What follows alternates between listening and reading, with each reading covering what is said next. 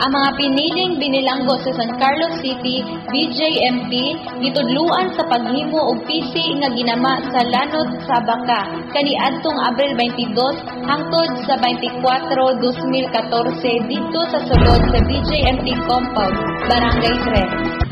26 ka mga bilanggo apil sa duha ka babayeng inmates ang nahiapil sa nasangpit nga skills training sa Abaca twine making nga gipasiugdahan sa buhatan sa Cooperatives and Livelihood Development ubos sa Office of the City Mayor. Ang grupo sa magtiayong Perlita ug Alberto Cañete, mga taga Sitio Punod, Barangay Prosperidad, kansang pangabuhi mao ang paghimo ug mga PC, mao ang nagsilbing mga trainer sa mga binilanggo.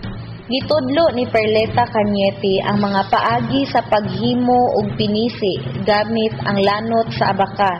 Lakip na niini ang mga kagamitan nga kinahanglanon niini nga hinimo usab mismo sa mga nagtudlo sa maong Abaca twine making. Ang paghimo og PC nagkinahanglan og dili mo minus 3 ka tawo ang motabang. Matud pa sa trainer, ilabi na kun ang PC anaa sa katapusang bahin sa paglubid niini kun final stage sa twining. Ang mga kagamitan niini gitawag nila og elbirahan nga gamiton sa unang paglubid sa lanot ug duha ka torsihan nga gamiton sa katapusang paglubid sa PC. Kada bandol 20 meter, ikaw na ang mag-control to the Kami ang nanatutuan ni. Kamu po yung nagkuhan? Dayon kami ang nagkilo.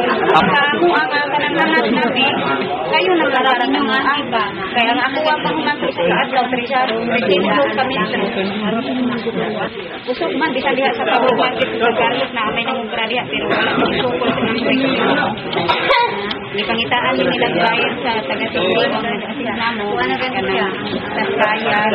Nasairan sa taga-Dateline City Hall, gikan kang SJO2 Tereso Valles nga gihimo ang maong skills training sa mga binilanggo sa paggamit sa ilang panahon sulod sa BJMP nga mamahimo mapuslanon ug kini mamahimo panilang mapanginabuhian kung sila makatapos na sa ilang sentensya sulod sa bilangguan.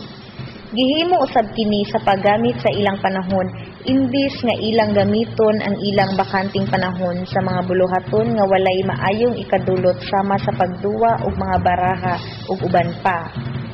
Gawas sa PC nga magamit, ang mga Abaca twine mahimo usab ngadto sa ubang mga produkto sama sa basket, fruit container, placemat, doormats ug uban pa.